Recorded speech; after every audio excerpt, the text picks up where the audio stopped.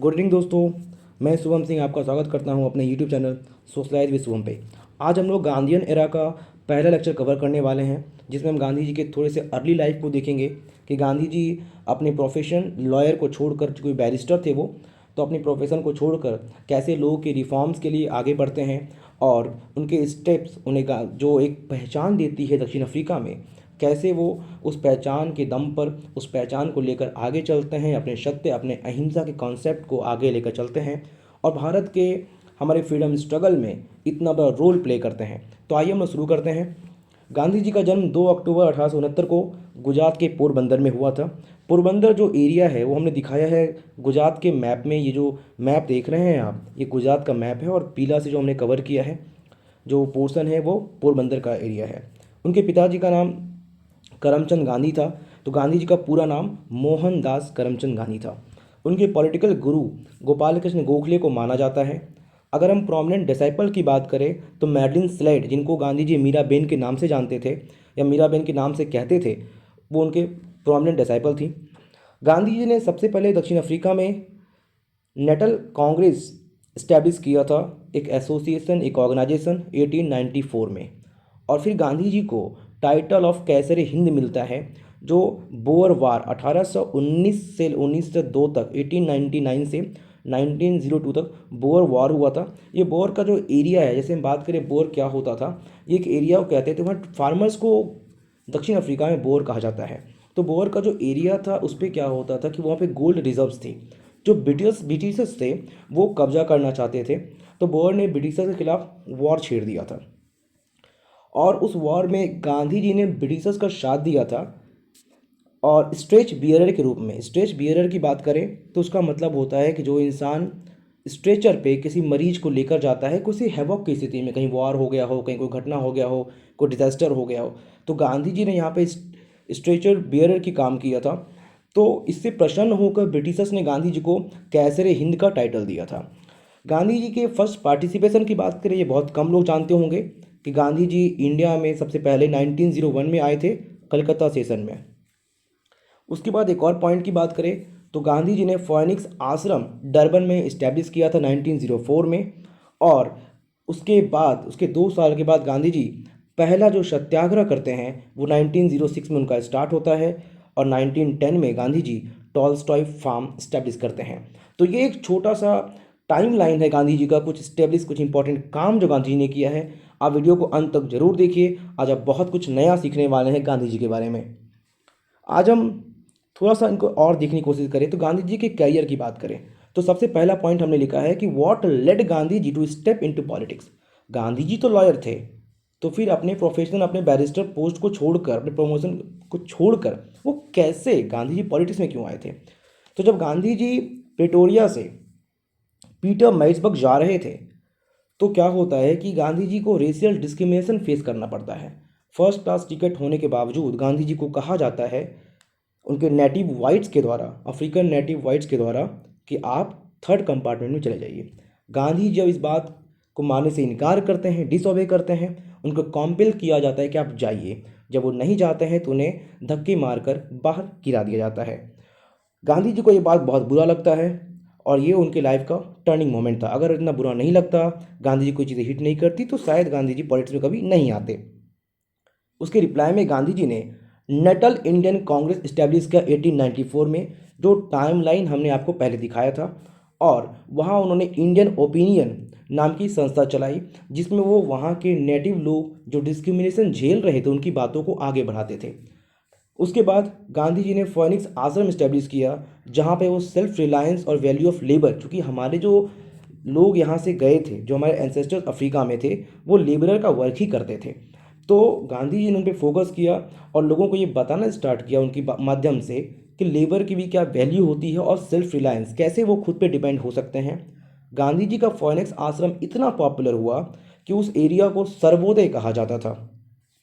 फिर एक और घटना होती है 2 साल के बाद। दक्षिण अफ्रीका गवर्नमेंट ने, साउथ अफ्रीकन गवर्नमेंट ने रजिस्ट्रेशन सर्टिफिकेट एक्ट लाया था। इसमें क्या हुआ कि जो लोग अफ्रीका में रह रहे हैं वो अपना रजिस्ट्रेशन सर्टिफिकेट लेकर चलेंगे। अब ये कैसे होगा, तो वहाँ पे शादियाँ जो होती थी वो क्रिश्चियन मेथड से अगर शादी नहीं होगी तो बाकी जो शादी थी, बाकी जो मैरिजेस को इलीगल कर दिया गया था। तो गांधी जी ने इसके खिलाफ पैसिव रेसिस्टेंस किया था, और पैसिव रेसिस्टेंस एसोसिएशन से Gandhi ji south African government को इस बात को मानने पर राजी कर लिए थे, प्रेशर बनाकर, कि इस एक्ट को वापस ले लिया गया। फिर है ट्रांसवर्ल इमिग्रेशन एक्ट 1908। इसमें क्या होता है कि जो इमाइग्रेंट यहाँ से गए थे, जो लेबरर यहाँ से गए थे, उनको अपने साथ एक सर्टिफिकेट लेके कैरी करना पड़ता था, जो हमेशा पॉसिबल हो नहीं पाता था। गांधी जी को ये भी एक डिस्क्रिमिनेशन लगा, और तब गांधी जी ने इसके खिलाफ भी आवाज़ उठाई थी। अब आते हैं पोल टैक्स। पोल टैक्स ये होता था कि $3 पैसे पे करने पड़ते थे वहाँ पे हमारे लेबरर्स को। तो गांधी जी ने इसके खिलाफ क्वेश्चन उठाई थी। और इनवाइटेशन ऑफ इंडियन मैरिज की बात करें तो इंडियन मैरिज को भी इलीगल कर दिया गया था, इंडियन वे में जो मैरिज होती थी। तो गांधी जी ने इनके खिलाफ भी क्वेश्चन उठाया था 1913 में। फिर मैंने बात की आपको कैसर हिंद का जो टाइटल गांधी जी को मिला था, वो उन्होंने स्ट्रेचर बियरर का काम किया था ब्रिटिश गवर्नमेंट के लिए। और ये साउथ अफ्रीका में ही गांधी जी ने पहली बार सत्याग्रह और अहिंसा, नॉन वायलेंस का जो कॉन्सेप्ट था वो दिया था। और वो पॉलिटिकल और सोशल जस्टिस, इस सत्याग्रह और अहिंसा के दम पे उन्होंने जीता था। उसके बाद हम बात करते हैं, तो आप देखिए गांधी जी इंडिया आते हैं पहली बार 9 जनवरी 1915 को, जिसको हम प्रवासी भारतीय दिवस के रूप में भी मनाते हैं। गांधी जब इंडिया आते हैं तो सबसे पहले वो 1915 में अहमदाबाद में साबरमती आश्रम का इस्टेब्लिशमेंट करते हैं। नेक्स्ट पॉइंट हमने कवर किया है गांधीयन प्रिंसिपल की बात करें, जो ट्रूथ और नॉन वायलेंस की बात करता है। आगे हम देखेंगे नेक्स्ट टाइमलाइन कहता है establishment of all India khadi board. ये एक बहुत बड़ा स्टेप था कि गांधी जी ने जब नॉन कोऑपरेशन लॉन्च किया, हम लोग कवर करेंगे आगे, तो उसमें जो फॉरेन गुड्स की फ्यूनरल पायर की बात की गई थी, तो गांधी जी ने खादी बोर्ड इस्टेब्लिश किया था कि जो नेटिव खादी में बने कपड़े होंगे, हमारे अपने जो कपड़े होंगे, वो कैसे प्रमोट होंगे और लोग इसके माध्यम से अपने बनाए कपड़ों को बेचते थे। गांधी जी एक बार प्रेसिडेंट भी बने थे कांग्रेस के, 1924 बेलगाम सेशन कर्नाटका में, बस एक ही बार, याद रखिए क्वेश्चन पूछा जाता है। और एक और पॉइंट है ऑल इंडिया स्पिनर एसोसिएशन 23 सितंबर 1925 को गांधी जी ने इस्टेब्लिश किया था। ये स्पिनर्स के लिए, बुनकर लोगों के लिए उन्होंने बनाया था, ताकि मिलकर एक एसोसिएशन, एक ऑर्गेनाइजेशन में काम कर सकें। अब गांधी जी की लिखी कुछ पुस्तकें हैं, उनकी हम बात करें। सबसे पहला बुक है माई एक्सपेरिमेंट विद ट्रूथ, जो गांधी जी की ऑटोबायोग्राफी है, उन्होंने खुद से लिखी है। दूसरी पुस्तक है हिंद स्वराज 1909 में। फिर है इंडिया ऑफ माई ड्रीम्स और सत्याग्रह इन साउथ अफ्रीका। ये 4 पुस्तक गांधी जी ने खुद से लिखी है। अब हम प्रोमिनेंट न्यूज़पेपर्स की बात करें, कुछ न्यूज़पेपर थे गांधी जी के बहुत पॉपुलर हुए। एक है ग्रीन पैम्फलेट 1896 राजकोट में, मतलब अगर हम बात करें अफ्रीका जाने से पहले। इंडियन ओपिनियन 1903 अफ्रीका में, यंग इंडिया 1919 में, और हरिजन 1932 में। तो अभी तक हमने देखा कि गांधी जी के कुछ स्टेप्स कैसे थे। उन्होंने फोनिक्स आश्रम इस्टेब्लिश किया, उन्होंने नेटल आश्रम इस्टेब्लिश किया, उन्होंने टॉलस्टॉय फार्म इस्टेब्लिश किया, फिर साबरमती आश्रम अहमदाबाद में इस्टेब्लिश किया। और गांधी जी ने रेशियल डिस्क्रिमिनेशन के खिलाफ जो फाइट किया था अफ्रीका में, उसका एक बहुत बड़ा इम्पैक्ट पड़ा यहाँ के लोगों पे। और वही वजह था, उनका जो इमेज वहाँ पे बना, जो इमेज का बिल्डअप था, उससे लोग बहुत इंप्रेस हुए। और उसका रिजल्ट ये हुआ जब गांधी जी इंडिया आए 1915, जो हमने देखा अभी 9 जनवरी 1915, तो हम लोग उसको मानकर चलते हैं प्रवासी भारतीय दिवस, NRA डे मरी मनाते हैं इंडिया में। तो गांधी जी के फर्स्ट मूवमेंट की बात करते हैं। सबसे पहले जो पॉइंट हमें लिखा है वो कहता है कि arrival of Gandhi ji from South Africa marked a new era in the history of freedom struggle in India. Gandhi ji South Africa से आते हैं, वो फ्रीडम स्ट्रगल का एक न्यू एरा यहाँ से स्टैब्लिश होता है। अब देखिए जब गांधी जी आते हैं उनकी क्या रेपुटेशन है। सोचिए एक व्यक्ति कोई बात कह रहा है और पूरे देश अगर उस बात को सुन रहा है, तो इसका मतलब है उसने कुछ तो ऐसा कर रखा है पहले, तो आप उनकी बात को सुन रहे हो। तो गांधी जी की रेपुटेशन जो थी वो एक एक्टिविस्ट की थी। जाहिर सी बात है उन्होंने बहुत अच्छे काम किए थे, उनको सफलता भी मिली थी। दूसरा है थ्योरिस्ट की बात करें तो उनके अपने जो प्रिंसिपल होते थे वो बिल्कुल सटीक होते थे, और चूंकि अहिंसा की वजह से लोगों को डर भी नहीं होता था गांधी जी की बात पे मूवमेंट को ज्वाइन करने में। और तीसरा हमने बात किया मास ऑर्गेनाइजर। जाहिर सी बात है गांधी जी के एक्टिविस्ट भी थे, एक थ्योरिस्ट थे, तो एक मास ऑर्गेनाइजर भी थे। लोग उनकी बातों को सुनने आते थे, उनके साथ जुड़ना चाहते थे, उनकी बातों को समझना चाहते थे। फिर हमने मार्क किया है कि उनके जो अराइवल थे इंडिया में, it heralded the era of mass politics. पहला बार इंडिया ने, गांधी जी के आने का पहली बार इंडिया ने मास पॉलिटिक्स का एक अलग कॉन्सेप्ट देखा। उससे पहले इतना ज़्यादा पार्टिसिपेशन किसी भी लीडर्स के पीछे सारे सेक्शंस ऑफ सोसाइटी ने नहीं किया था। उसके बाद उनके पार्टिसिपेशन और उनकी लीडरशिप ने इंडिया को हर नूक एंड हर कॉर्नर में एक दूसरे से कनेक्ट किया।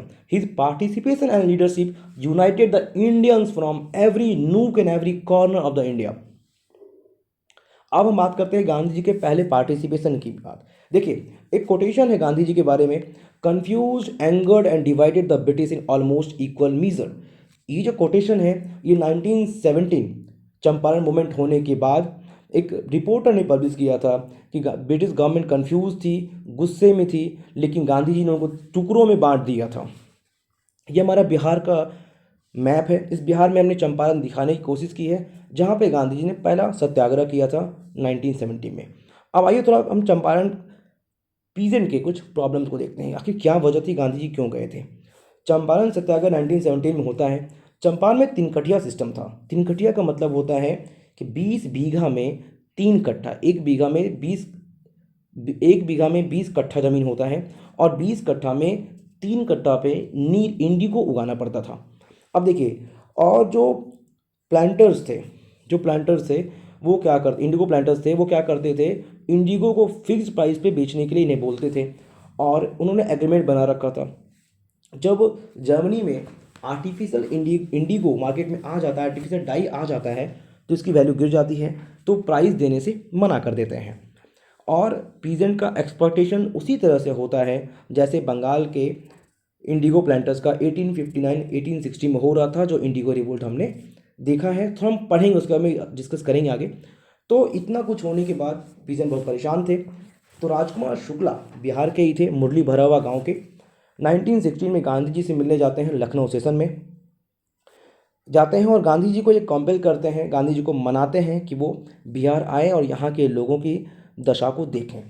तो गांधी जी आते हैं, उनकी बात मानते हैं और गांधी जी राजेंद्र प्रसाद जी, मजरुल हक, जे.बी. कृपलानी, नरहरि पारेख और महादेव देसाई के साथ चंपारण आते हैं।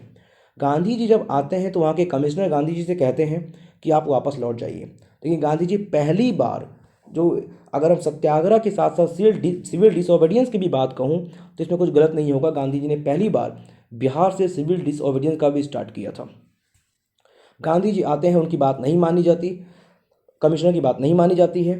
तो गांधी जी बाकी सारे फार्मर्स से मिलते हैं और उनके डिटेल्स, लैंड कितने हैं, क्या वो खेती करते हैं, किस प्रकार के क्रॉप उगाते हैं, क्या अर्निंग होती है और कितना एक्सप्लॉयटेशन हो रहा है, इन सब पे गांधी जी 8000 फाइल प्रिपेयर करते हैं।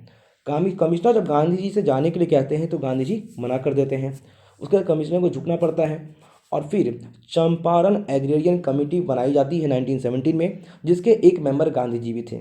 चूँकि गांधी जी ने पहले से फाइल तैयार कर रखी थी, वो 8000 फाइल्स को आगे सबमिट कर देते हैं। जब फाइल सबमिट होता है तो हाँ, कमेटी को दिखता है कि हाँ, सच में यहाँ पे पीजेंट का एक्सप्लॉयटेशन तो हुआ है। फिर इंडिगो प्लांटर्स और गांधी जी में कॉम्प्रोमाइज़ होता है और गांधी जी प्लांटर्स को इस बात के लिए एग्री कर लेते हैं कि जो इलीगल पैसा उन्होंने लिया है उसका 25% वो पे करेंगे। अब लोग गांधी जी को क्रिटिसाइज़ भी करते हैं इस बात के लिए कि उन्होंने फुल डिमांड क्यों नहीं किया, उन्होंने पूरे पैसे की मांग क्यों नहीं की। तो गांधी जी कहते हैं कि नहीं, इतना रिफंड भी काफ़ी है उनके प्रेस्टीज और उनके पोजीशन को डैमेज करने के लिए, प्लांटर्स के प्रेस्टीज और पोजीशन को डैमेज करने के लिए। तो ये था गांधी जी का पहला एक्सपेरिमेंट सत्याग्रह का, बिहार से स्टार्ट किया था, जो काफ़ी सक्सेसफुल रहा। और ये इतना सक्सेसफुल था कि आने वाले डिकेड के अंदर, 10 साल के अंदर, इंडिगो प्लांटर्स वहाँ से अपना सारा साजो सामान लेकर वापस चले गए। तो फ्रेंड, कैसा लगा आपको लेक्चर, ज़रूर बताइएगा। Keep subscribing please, keep sharing. Thank you.